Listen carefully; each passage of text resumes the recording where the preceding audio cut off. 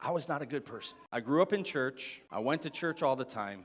But inside, I was a whitewashed tomb with death and decay. You know that acorn weevil thing we talked about last week? Those eggs that were planted. My seed was rotten. If you put my seed into the ground, nothing would grow. And I know it. And I know there was things wrong. I would lie so much I couldn't keep my lies straight. I couldn't help it. I would tell story after story because I was insecure.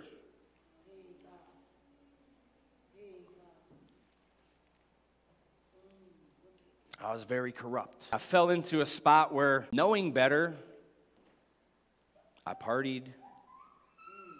I followed my own desires, all the while acting like a church-going great guy.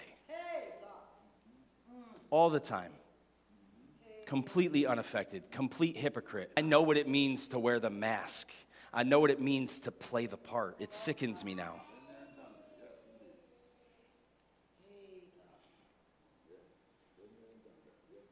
But one day, I was really struggling with it. You ever get to the end of yourself? There's such an internal struggle inside. And I did what I always do because, I grew up going to church. I went to church. Somebody invited me to a church meeting. Some guy came in from out of town, began to talk, began to preach. And right there in front of a bunch of people, he began to talk about me. And he began to call me out. And he began to describe me.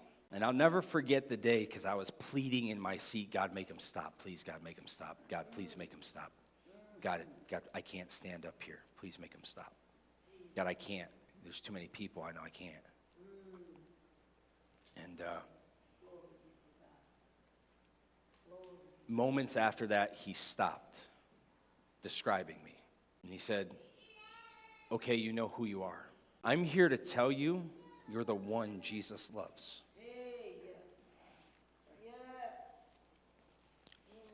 And for me, I knew beyond a shadow of a doubt that in the midst of my playing around, in the midst of my wandering, in the midst of trying to be good enough,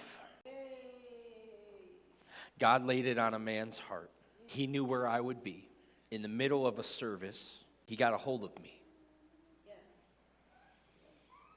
And I knew from that point on, without a shadow of a doubt, that God loved me no matter what I had done.